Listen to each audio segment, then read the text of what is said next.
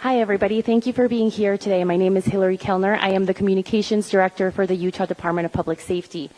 This evening, we have FBI Director Patel, FBI Deputy Director Dan Bongino, Special Agent in Charge Robert Bowles, Governor Spencer Cox, Lieutenant Governor Deidre Henderson, and Commissioner Anderson, as well as Commissioner Beau Mason, as well as some local partners here present with us today. Governor will kick it off. Thank you.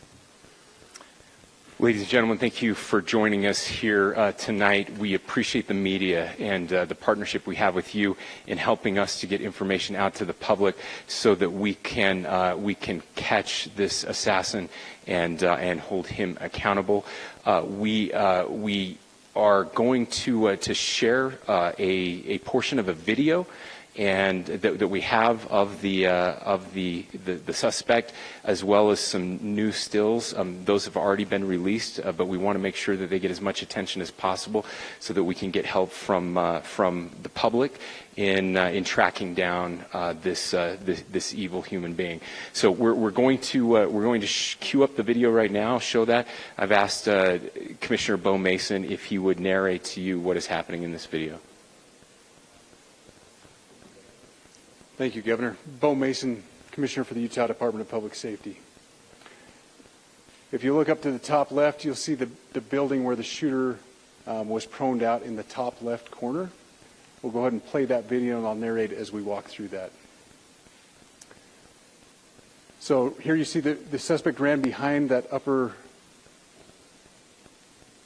building. He's going to come out on the right, moves to this far right corner. As he does, he's going to climb off the edge and then drop down to the ground. As he did that, he left some palm impressions. There's some smudges, some places we're looking to collect DNA.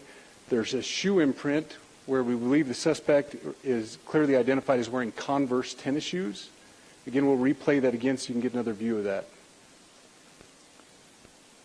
It's important to note his black T-shirt, his black pants, and there appears to be some white on the soles of those Converse tennis shoes. Those are all identifiable items that we're looking for.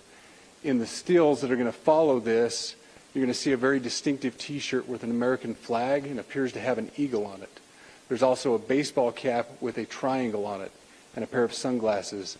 All distinctive, all things that we would ask the public to look for and try to identify if they know someone who has those items, who has been seen wearing those items. We're looking for all that information. Here you see the suspect after dropping off the building. He moved around across this grassy area, around the parking lot. We're going to pan to the right.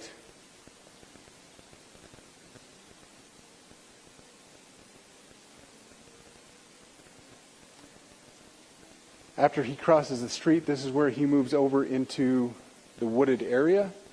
This is the video evidence that we utilize to track his movements and to locate that firearm in that wooded area following the discovery of this evidence.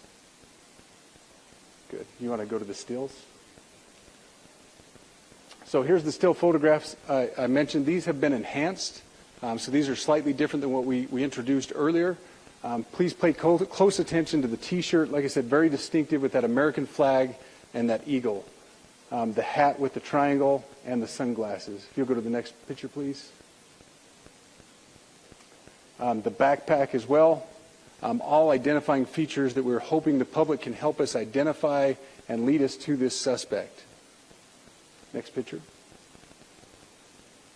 And again, there's a better picture of the hat with that triangle logo, and again the T-shirt.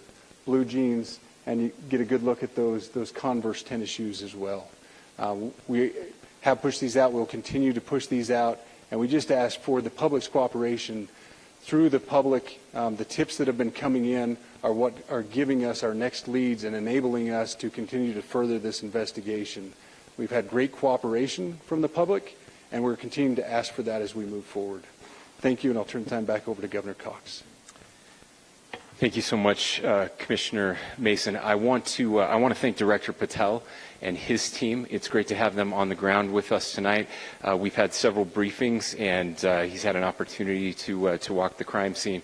We appreciate our local law enforcement here. Again, we have Mike Smith, who is the county sheriff here. We have all of our local chiefs of police that are here as well, all working hand in hand with the state and with the FBI as we move forward with this investigation. Now, I'll just give you a little warning. We will not be taking any questions at this time.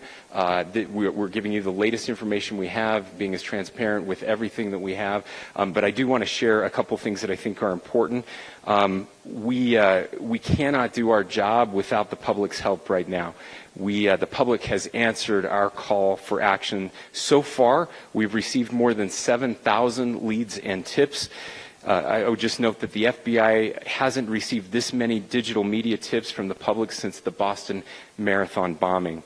This case also highlights the dedication of our law enforcement community. We have 20 federal, state, and local law enforcement partners that are working shoulder to shoulder to find the person who committed this horrific crime. With their support, we've completed nearly 200 interviews. As you're aware, as has already been reported, the FBI is offering a $100,000 reward for information leading to the identification and arrest of the person responsible for the murder of Charlie Kirk. We also continue to implore the public to support this investigation and come forward with any information. We are truly hopeful that this video and new photos will lead to even more tips. We are processing. We have an incredible team, a state and federal team working together to process those tips. We are going out in tandem to interview any potential person of interest or suspects. But we need, again, we need as much help as we can possibly get. Any videos or photos that you might have, the public, should be submitted to our digital media tip line, which is www.fbi.gov/Utah Valley shooting, all lowercase. Again, that is fbi.gov/Utah Valley shooting, all lowercase. You can also provide general tips about the shooting by calling 1-800-CALL-FBI. That's 1-800-CALL-FBI, or at tips.fbi.gov. This is, I would just say, this is not just a local matter here in Utah. We have people all over the country that are helping to bring this perpetrator to justice for Charlie Kirk and his family. I will just add as well that, as was mentioned, there is a lot of forensic evidence that is being processed right now at both the state lab and the federal labs, federal lab on the East Coast. So we are working in tandem together. I would also just add a word of note for those people who are spending so much time on social media. I think Charlie said it best, that when things get bad, we should put our phones down and spend a little time with our families. There is a tremendous amount of disinformation. We are tracking our team, the state team, and I'm sure the federal team as well. What we're seeing is our adversaries want violence. China, we have bots from Russia, China, all over the world that are trying to instill disinformation and encourage violence. I would encourage you to ignore those, to turn off those streams, and to spend a little more time with our families. We desperately need some healing. We'll have more to say about that in the days and weeks to come. More than anything, we are going to catch this person.